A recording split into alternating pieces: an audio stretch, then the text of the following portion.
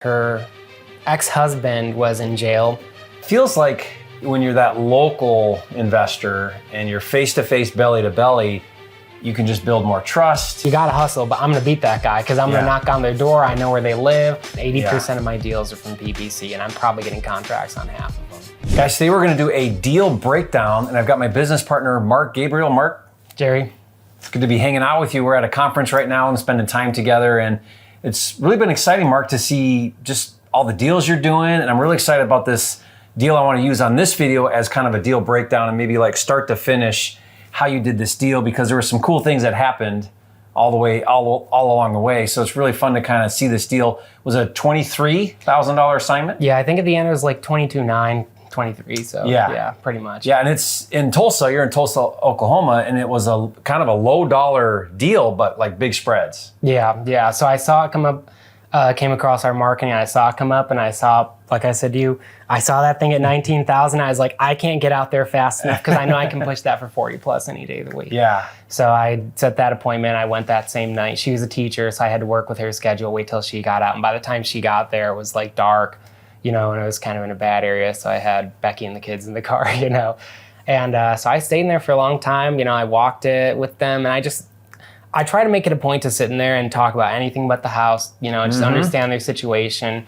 The first thing I do is I try to tell them, let's just sit down at your table, let me understand you, see what I can do to help you, see what your situation is. They were living in the home? Yeah, they're on their way out though, because like their hot water heater was out, they had 2 little kids, so they were like back and forth between there and a hotel because the house it was in ruins more or less. So yeah, they were already on the way out. And where did this lead come from? Which marketing channel? This was pay-per-click. Pay-per-click. So you got the pay-per-click. It was a form? They filled out, it wasn't Facebook, it was Google. They filled out the first form, second form. And as soon as I saw that, I was like, this is a hot deal. I got to get on this one. And then you called immediately, made the appointment. Yeah. Now, you're really good at appointment closing in person. So why do you like that model so well?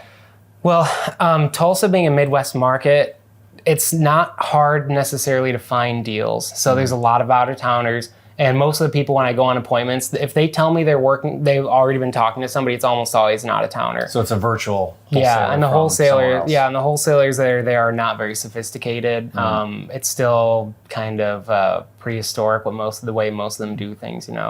They're cold calling themselves. So when I have a more legit operation, I can come in. I have references. I'm gathering reviews and stuff like that. And then there's some 21-year-old from California, like. Somebody you gotta hustle, but I'm gonna beat that guy because I'm gonna knock on their door. I know where they live. I did a house down the road. It's not really a competition when I can get in there. Yeah, it feels like when you're that local investor and you're face-to-face, belly-to-belly, you can just build more trust. You can help them feel more comfortable about the process. You can get your head around like what's going on. Yeah. Right? And then you can just beat out a lot of competition that way. Yeah, and these ones, I was the only one they talked to. They didn't get an offer from anyone else.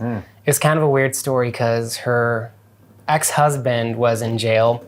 There was a bust of a ring for child offenses and stuff like that. And he was in the bust, so he was in jail. And so she was stuck in the house, no money. It was getting run down. She's a teacher, so she doesn't make much money. So she just wanted to get out, and she was like, I want to get out. He's getting out of jail. Like, I don't want him to know where I'm at when he gets out. She wanted to leave before. Yeah, so I was the only one that offered, and I got it at the price they had originally put on the form, which I tried to get it lower just for practice, my negotiating skills and whatnot. But they got what they wanted for it. And I gave them even $1,000 extra just because I felt bad for them. And I knew it was a deal anyways, so... Yeah. And they owned it just free and clear? Yeah, they owned it free and clear. She had no mortgage or anything. They really didn't even have any possessions left except old couches and some goats in the backyard. So they took care of the goats, and I said, leave anything else you want, your aquariums, whatever. So, yeah. And, I mean, it's pretty cool, too, though, because, like, you're helping the seller who's in this situation. And did she say, like, where did she go? Did they go rent somewhere, or what was their... I think she had a sister she was moving in with. Yeah. Good. Yeah. So she had their 2 kids, and it was a bad situation. Like the house wasn't in great shape. So they kind of needed to get out of there and get something better. Yeah, they had no hot water, and they had like 2 little toddlers. Like you're going to put your kid in a cold bath. Like that's why they were at the hotel. They were spending their own money on that. And you can only sustain that for so long. She's a teacher with 2 kids, single mom. So that's hard. She was in a rush. Yeah. Yeah. And I mean, that's one of the great things about what we do is also helping sellers out of bad situations. And so that's a great example of doing that. Yeah, for her, it was more important to have the problem taken care of. She really didn't care that much about the money. She just wanted enough to get an apartment, and that was all she cared about. She wanted to be gone. She wanted the problem with her ex-husband, the problem with her decrepit house gone, and she just wanted to move on and start fresh.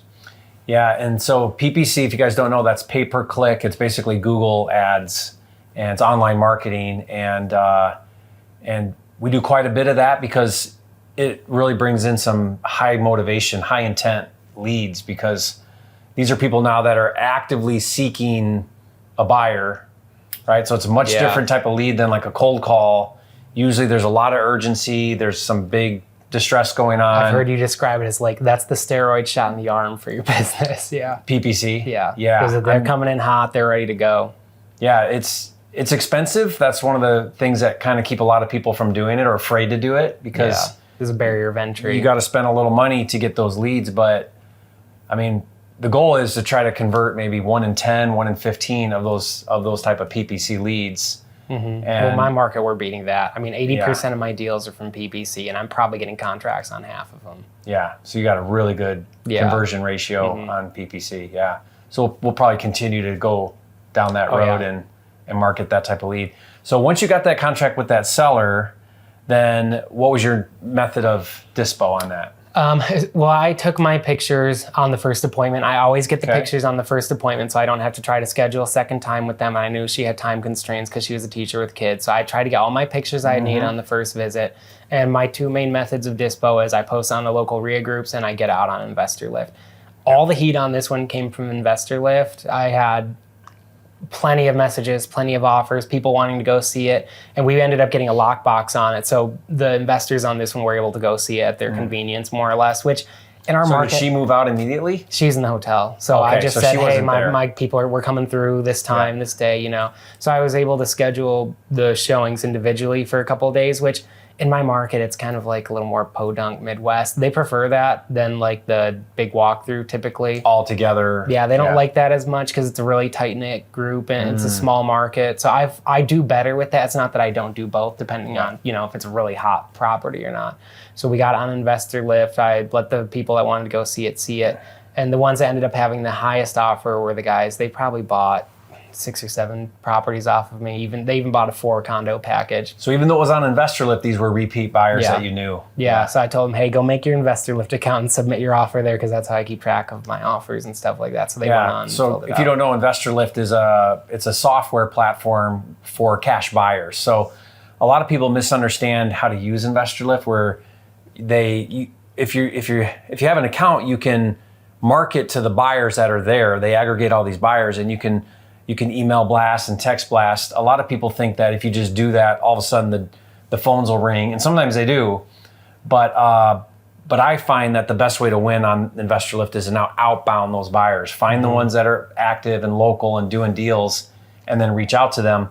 In this case, though, it was such a hot deal. Did you just put it out there and then they started coming? Yeah, I think I put it out. No, honestly, in my market, like even when we got on the calls with Rob, he was like, this market's going to be good for Investor Lift. I haven't had to outbound a single one. Wow. There's enough coming in. Cool. Not a single time have I had outbound calls. So I get on Investor Lift. I'm getting sight unseen offers, people wanting to see it. And I told you about the other deal for $25,000 that we're about to sell sight unseen. I haven't had to make an outbound call on a single one of these. That's cool. And then you said you also put them on the investor, what are those, like Facebook groups? Yeah, just like the local RIA. I know a lot of people in there and stuff too, which it's not been as effective lately as Investor Lift. So that's why I've kind of transitioned most of my marketing and my spend on Investor Lift as opposed to Facebook ads or reaching out to other investors. And it's so manual. Like you'll know people, you can post it, but you have to answer the messages and get their email. On Investor Lift, it's like a smooth process. Here come the offers, here's the inquiries, and it's like all one place. It's a lot easier that way. And so you got the contract for 19. And then what did you put it out in your marketing at? I put it out at 45, and the highest offer was those two guys, my friends, at 42,000. 42 was where you ended up. Yeah. Now, did you do like a buy it now? Yeah, on this one I did. I think I did the buy it now like 47.5 just to see, because if I can squeak a few thousand out of somebody, I want to do it. But so one of the strategies on there is, let's say you're hoping or you're asking 45, you put asking 45, buy it now 47, or whatever number you'd be thrilled with if someone just took it now. Yeah. But one of the things I like, Mark, about what you're doing there is even though it's a smaller market, and even though you know a lot of the players and a lot of the buyers, is you're still making everybody compete for the deal. And that's important because otherwise you become what Cody Hoffine says, and you become a cash buyer employee. Yeah, and that's where I was. Like I had my repeat buyers and I was kind of shopping for deals for them, which I was making good money. But like I said, the operation is getting more sophisticated now, and I'm selling deals to people I would have never met. They're not on the RIA group, but they're getting the email because they bought a deal from somebody else, and I have no way to network with them. They don't even have a Facebook account. There's no way I would have found them. Yeah, I mean, your goal as a wholesaler is to find the highest paying buyer in the market. Highest and best. Yeah, so a lot of wholesalers, they get lazy. They keep going to their go-to buyers, or they just don't want to keep outbounding to, or marketing to find highest paying buyers. So one way with Investor Lift is you don't go to your go-to buyer. You make them, maybe they'll still buy it, but they're going to pay the highest price, not your like buddy price where they just want a deal and you give it to them for $5,000 or whatever. It's not to say that I don't have deals, like if they're really complex and I don't want to get them in the, marketed too hard and I need to know that I'm going to close, I'll kind of do that where I'll bring them in, we analyze it together, tell me where you need to be and I'll get it where we need to get it. It's because if it's a deal where I'm not sure that it's going to close, if I don't know in advance, I don't like dragging a buyer out. So occasionally I'll do that. But it's more the exception. Yeah, it's not the normal way of doing business anymore. Yeah, so that ended up being a $23,000, right? Close to $23,000 assignment. And 2-week close. From when that's what I was going to ask. So it was a 2-week close. And the buyer, any hiccups with the buyer, or were they're solid? They're straight cash. Like I said, they probably bought 7 times for me, but one of them was a 4-package deal of condos. So they probably bought north of 10 properties, all cash. They walk through it, $3,000. Okay. But they walk through it, they take pictures, they don't have their contractors come out or anything. They walk through it literally 30 seconds and they say thumbs up, thumbs down. And they had the highest offer, so they got it. I mean, legit buyers, they know their business, they know their market, they know their costs, and they just get eyes on it, and that's it. They're done. And they had other ones down the road from there too, so that they were willing to beat everybody else's offers to get more properties on that same road for logistical purposes. And what was their exit? Flip? Keep? No, they strictly do Section 8. Okay, they were going to renovate it and then rent it. Yeah, they will not touch a single property that's not Section 8. They don't. If I send them a deal in a good place or in a hot part of town, they won't even look at it. But if it's in the war zones, which that's kind of become my bread and butter, you could say, those are the ones they can't get out there fast enough, and they're all cash. They'll buy it now. Yeah, if you don't know, Section 8 is government funded rent, and what's great about it is it's vendored right into your account. So if you're a landlord and you do Section 8, the state pays right to you directly. So it kind of eliminates collections. Yeah. So a lot of landlords that like the lower end type of markets, they like Section 8. Yeah, and they're making an appreciation play too, assuming that some of these lower blue collar or like this DC areas will appreciate. Will go up in value. Yeah. Which if it does, it's a good bet for them. Yeah. Yeah. What do you think they'll spend in renovation? They own their own contracting company, so they're going to do it for half of what everybody else can do it. They have in-house labor. Yeah. Okay, well that's really cool, Mark. Any big takeaways? Like what was something from this one particular deal that you found really helpful, or maybe a lesson that you learned to do something better, or anything like that on this one? It was more validation of some things that I learned, trying to actually spend the time with the seller. Because this was information that came out about their distress closer to the end of the conversation. If I made it just strictly transactional, I go in, here's my price, yes or no. I probably, maybe in this case, because they're so desperate, I would have still got it. But that doesn't mean down the road I wouldn't have lost other deals if I don't take that path, spend the time with them, talk to them, understand what the situation is, and then, at that point in time, I always say, well, let's see what we can do to help you. Yeah, I think that's really important because people do business with people they know, like, and trust.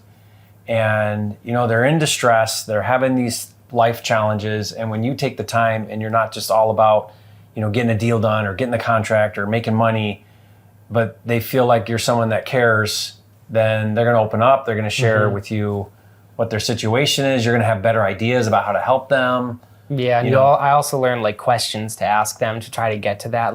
Well, it seems like you're interested in selling it and it's a great property. Is there a reason you wouldn't want to sell it with an agent? Yeah. And there's almost always a reason why you're there and an agent's not. And that way they'll kind of tell you, and then you know how to proceed going through the rest of the appointment. I think that question is one of the best questions you can ask about to try to understand their motivation better, because any seller that has a property, if they've got time and they want to make more money, then listing it is probably going to get them a higher price. So naturally the question should be, what is going on where they don't want to do that? Yeah.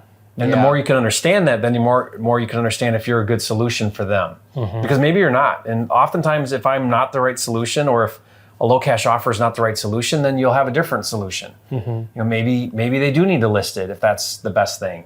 You know, the speed and convenience of that cash offer that's most important, which in this case that clearly was the most important thing to her, then you're ready for that solution. What I love about this deal though is, you know, oftentimes in a low price market, your wholesales are like small, like $3,000, $5,000, but you're doing some really good deals, and you're just getting really good, Mark, at finding good motivated sellers, not good, but like ready to go motivated sellers. And you're able to negotiate good deals and get good spreads. And that's just fantastic. Yeah. It's just great for the business too. Yeah, the trick is to find for me, like I said, most of my transactions are in those war zones. I'm looking for the D areas and the C areas that look like they're about to become more like your middle class blue collar areas. And those are the places I really focus on. Because you're going to have demand for landlords, and you're going to have some flippers wanting to get into those areas. So I'm casting a wide net on end buyers, and there's also upward mobility in the neighborhood. So there's people speculating on that coming in. That's great. Yeah, that's awesome. Well, awesome. Hope that deal breakdown, guys, was really helpful. We'll put some free resources in the description below if you're looking to get started or get your first deal.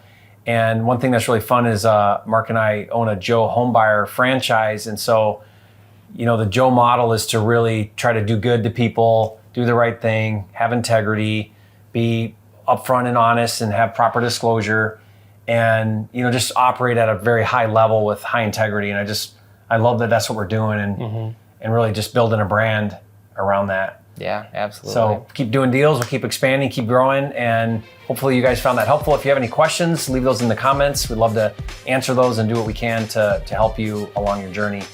And we'll see you on the next video.